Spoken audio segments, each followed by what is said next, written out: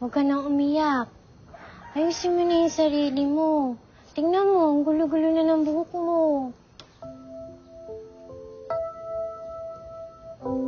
Bakit galit sa akin si Luis? Kasi, nagsiselo siya. Lalo na nung nakita niyang nag-uusap tayo. Narinig niya yung hinalikan ka ni Sir Jan. Siyempre, magagalit si Ma'am Lois. Bakit siya sa akin magagalit? Hindi ko maintindihan. Riray, di ba sinabi ko na sa'yo na boyfriend ni Ma'am Lois si Sir Jan? Kaya may karapatan siya magalit sa'yo. Kasi, kapag boyfriend mo na ang isang tao, dapat hindi na siya tumitingin o humahalik o naniligaw sa iba pang babae. Dapat hindi siya sa akin magalit. Dapat kay Jan. Kasi si Jan ang umalik sa akin. Ay naku, sumasakit ang ulo ko sa'yo pagkausap kita, Riray. Pero tama ka. Kaya lang, pwede mangyari na magalit sa'yo si Ma'am Lois. Kasi, pumayag ka na, halikan ka ni Sir Jan. Kaya lumalabas na pareho kayo may kasalanan.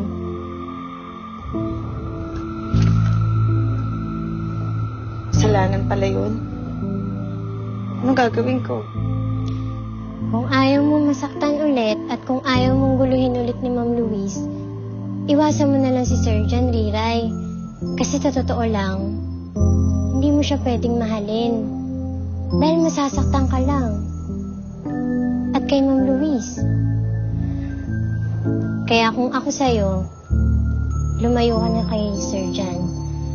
Kasi, para hindi ka na magkaroon ng problema.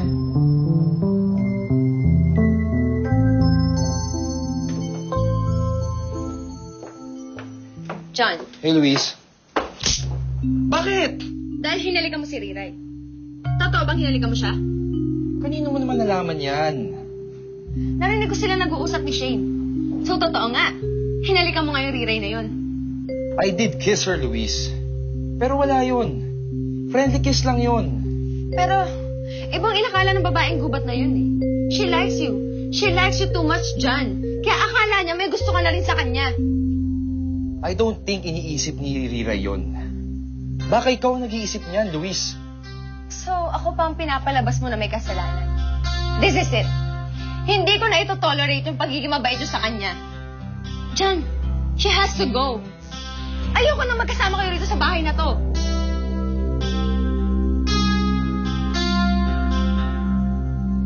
Iwasan mo na lang si Sir Jan. Kasi kahit kailan, hindi siya magkakagusto sa tulad natin. Bakit hindi? Kasi para siyang langit. At para naman tayong lupa.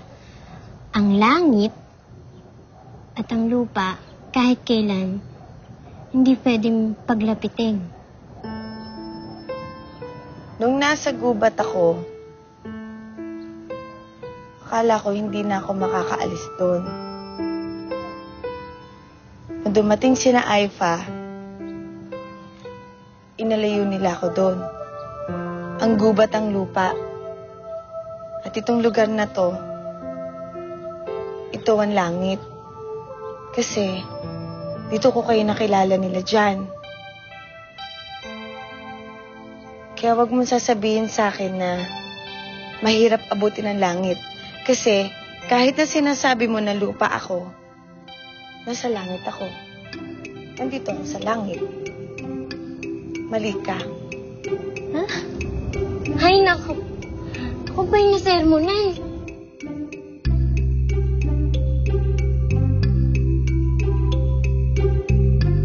Luis, hindi mo pwedeng paalisin dito si Riray.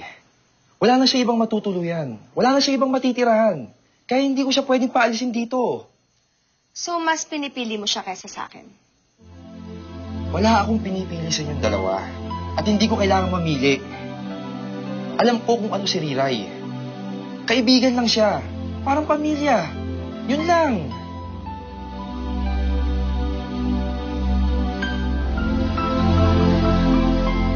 Ganito pala sa lugar ng mga dayo, no?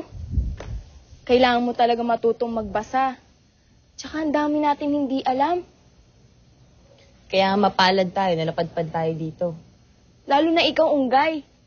Napakabait nung Bibian na yon. Niisip niya na ikaw yung anak niya, na ikaw talaga si Riray.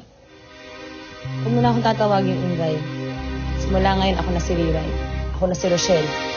At hindi ko na ipagpapalit pa ang buhay na nararanasan ko ngayon.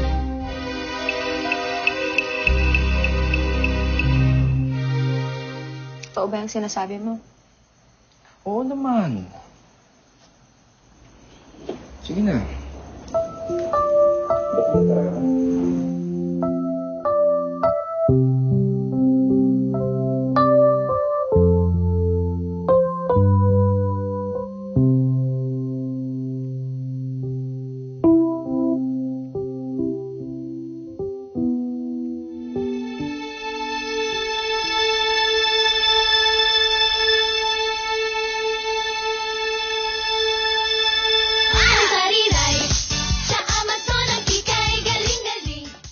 Unggay?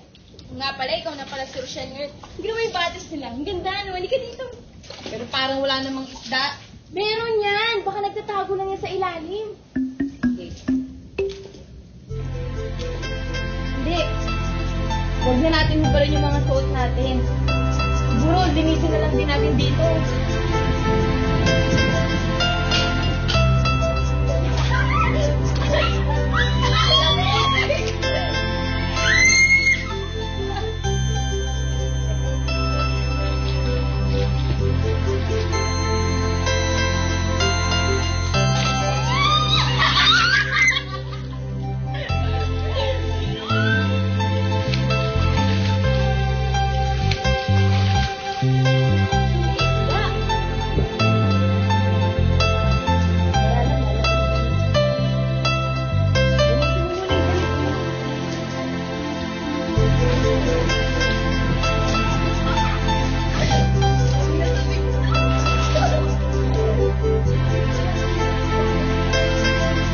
Hoy! Anong ginagawa niyo dyan? At dinudumihin niyo yan?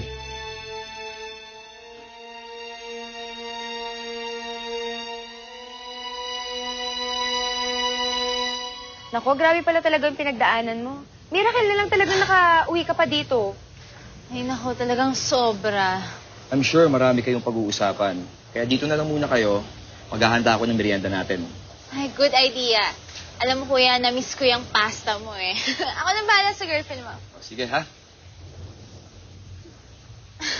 Buti naman, nadalaw ka dito. Hay nako, buti talaga. Or else hindi ko malalaman na pinagpapantasya na pala ng ampon nyo yung boyfriend ko. Sinong ampon, si Riray? Yes, siya nga. Alam mo bang may gusto siya sa kuya mo? At iniisip niya na may gusto rin yung kuya mo sa kanya. Porque hinalikan lang siya sa pisngi, ah. Ano ka ba?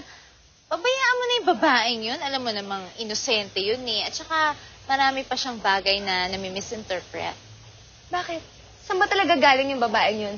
Bakit ganun siya katanga? O Shane, tulungan mo akong mag-prepare ng mga ingredients. Magluluto ako ng putanesca. Sige po. Asan pala si Riray? Baka nasa kwarto po niya. May sinabi sa akin si Luis kanina. Narinig niya raw yung usapan yun ni Riray na kinukwento niya na hinalikan ko siya. Totoo ba yun?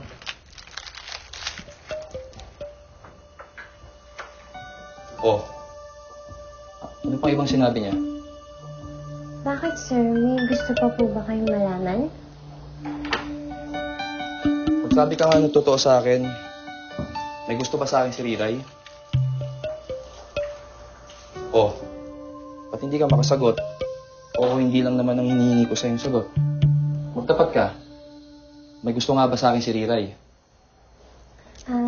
Sir, parang ganun na nga ho. Parang may gusto na nga ho sa inyo si Riray.